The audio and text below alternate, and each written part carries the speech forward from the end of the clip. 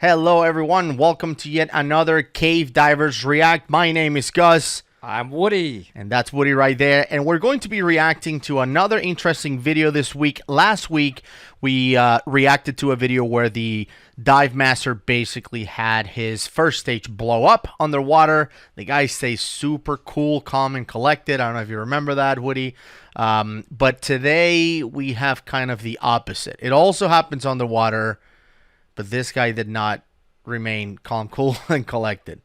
It's not a long video, so it's probably not a long reaction, but I think that it will help us talk about streamlining, how important that is, and also how to know your boundaries, especially as a brand new diver or a relatively new diver. Make sense? Makes sense. Everybody should know. I have no idea, and this is a real reaction. I have not Yes. seen it, so what you just heard is all I know at this point. That's right. So let's go ahead and play the video and react to it. All right, so this guy is on a first wreck dive. So I guess it's not part of training. It's just a wreck dive. So, Woody, how often on your first wreck dive you do full penetration like this? This is full penetration. I mean, they're full on inside the wreck. I'm going to let it play for a second. Yeah. I was going to let it play on for a little bit. I have a lot of comments already, so I want to give our audience a chance to watch this for a second, and then gosh, there's a lot to consider here. Yeah, I also want to take the opportunity to say for those of you watching that are brand new divers, maybe you've never been in a wreck, if you go to a wreck, especially if you're not trained for wreck diving, especially advanced wreck diving, which is when you start thinking about penetrating wrecks and all of that, please don't penetrate a wreck. Stay away from overhead environments. So we'll talk about that. Like I said, this video is not very long.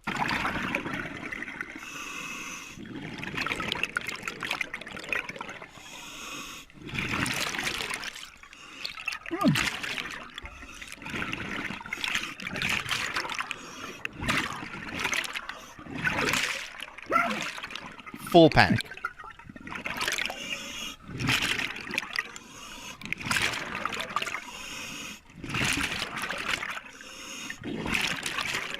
I want to stop there for a second. Wow. Did you notice the acceleration on breathing? Oh, yeah. It was like hyperventilating immediately, right? And we don't know yet what the problem is. You'll see it in a second, what problem he's having. But even if you have an issue, it's very important to stay calm, right? And try to resolve it. Right now, my immediate reaction is, if this was a wreck penetration, it does not appear that this individual, obviously it says it's his first wreck dive, but he's had no wreck training or briefing. And the reason I'm saying that for everybody listening is because if you're going to penetrate a wreck, there's actually certain gear requirements up front that I'm not seeing. I assume he's caught. I don't know why he's flashing his light. That is a sign of distress, so he's waving for somebody. But if you're going to penetrate an overhead environment, a wreck, then a line should have been set in. And then there's a procedure for who leads in and who leads out. And there's also a very specific kicking procedure. It seems to me that there could be, if he turned around right now, perhaps a lot of silt. I don't know yet, and certainly the breathing is a sign that he's pretty stressed out. Also, I see one light. So I don't want to sound critical because I've seen some comments out there, everybody, that, look, I love diving. I think it's awesome. Explore and expand. How cool it is to be able to go inside of an artificial reef, a wreck, and explore. I'm all for that, but the reason that I'm doing these videos with Gus is because I'm also for training. It's okay for us to be critical and react this way, in my opinion, if we're doing it in a way that is promoting dive education and diving more. That's the only reason I'm doing this. I'm not on my almighty horse sitting up high looking down. because I make plenty of mistakes myself, plenty. But I do try to continue to promote training and get trained. So please take my comments in that spirit. I'm going to be quiet now because I know you guys would like to watch the rest of this. But I wanted to set that up. I will say, though, and I give him props for knowing kind of that you're supposed to shake your light to get somebody's attention. That is cool. And it's one of the reasons, for example, when I talk to students about using a line or a spool, you know, when you're picking up your spool, be mindful of, if you have a wrist-mounted light, what you could be conveying in terms of messaging, right? When you're rolling your spool, winding it up again, you could be showing that you're in distress because your light is moving all over the place. So I always tell people, just be mindful and roll it without moving your light too much, because it could, convey the wrong message. Well, as you know, Gus, we teach Rec 1 and Rec 2. Yep. Rec 1 is a class all about wreck diving procedures without penetrating the wreck. It's actually just learning about the environmental hazards of wreck and just the beginnings of tying off a reel.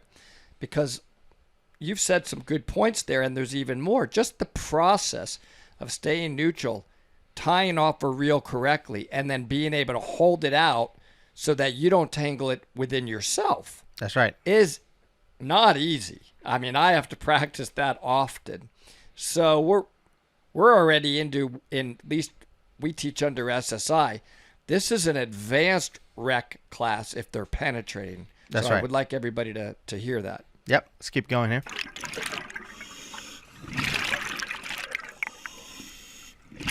So this is, I guess, an instructor, dive master, somebody coming in to help. He's still panicking. Good job. Trapped somehow. Good job on this dive master. You okay? Are you okay? So I don't know if you noticed, but what was caught up, and this is the end of the video, what was caught up on the wreck, inside the wreck, was actually, and let me switch to just side by side. What was caught up inside the wreck was actually his octo. His octo was what was caught up inside. It was like some, I don't know, like rocks or something. There's some rubble on the floor, and I assume his octo was floating or being dragged on the bottom, and that's what got caught up. And that's, I think, highlights how important it is to be streamlined and spend time making sure that you're compact if you're doing anything like a penetration inside a wreck. For sure. But I love the way this dive master acted. He came up, he said, I got you. It seemed to have calmed down the diver. It did. It seemed that he stopped. He stopped moving around, right, because that can only make it worse, and let the problem be fixed. Right. We've already mentioned a lot of comments. This just highlights the need to get trained and practice wreck penetration. Do Rec 1 and 2 before you venture inside these tight quarters like that. A penetration, by the way, I do want to add one more point of clarification, so people understand it. A lot of you do, I know that, but some of you may not, because we have a lot of non-divers as well. Here's the difference. If you go inside of a wreck and there's a clear way where two divers can go in and you see light, you see an exit on the other side where two divers can also exit out the other side, that's not a wreck penetration. That's different. You're in an overhead environment, but you have an easy way in and out. You can see your exit. A penetration, by definition, is you're going inside of an area that you have to basically turn around to come out. You would not be able to continue going forward and get out. So you truly are inside of an overhead environment. In fact, some of them go so far into the wrecks, like the Oriskany, for example, you would be in a cave because you would lose light. That's so right. There's penetration, which means there's no way out. You'd have to turn around to come out, which can then turn into a cave. Cave means you've lost light. So this is super advanced what this guy was doing. I just wanted to set that up. Yeah. So you kind of know the justification of Gus and I's comments of why we're promoting this this training. I think this video to me is mostly about get trained. Yeah, That's for my sure. reaction. And streamlined, right? Not just your octopus, but all the other stuff. And, we see it a lot when we go diving, especially with newer divers. They tend to bring everything they own basically on their kit. They have, multiple lights and all this stuff, all this configuration because they bought it and they want to bring it, all of those different parts. And the more stuff that you have, the more prone you are to getting caught up into something. So that's why streamlining is so important. It made me think of one other thing. I'm Yeah. sorry to drag it on. You brought this up, and it made me think of it. When you're in a situation like that, you heard his breathing, right? It clearly escalated. How about gas consumption? When you penetrate, and if you do go into an overhead environment where it turns into cave, you have got, especially on open circuit, you really have to be mindful of the rule of thirds. So we don't know if this individual was trained, how much gas he used. Were they turning it with 1/3 of air? Because if he was stuck there for a while, that panic would get escalated if he ran out of air. For sure. So there's a lot to think about there, but cool. For sure. That's a nice short one. Yeah, super short. Next week we'll be come back with a longer one. It will be a little bit longer, and it's going to be a throwback once again to the one that we did last month, which was from Rescue 911. We're gonna have another one of those situations that I want you, Woody, to watch and react to because there's so much to learn as well from this specific situation in the video. If you haven't subscribed, please go ahead and do that. Hit the subscribe button and the bell to be notified. Once in a while we do live streaming and we love to give away prizes on those as well for whatever different milestone or we're celebrating at that point. And it will be a really good way for you to be in contact with us, ask questions live, and win some amazing swag. So hopefully we'll see you on another live stream or in a future video. Thank you so much for sending us recommendations, by the way. Remember, our email is info@divetalkmedia.com. If you have any questions or comments or suggestions, we do get them all the time, and we love interacting with subscribers and people watching our videos out there. For now, safe diving, guys. Hope you enjoy the video. We'll see you next week. See you next time, and thanks for the support, everybody.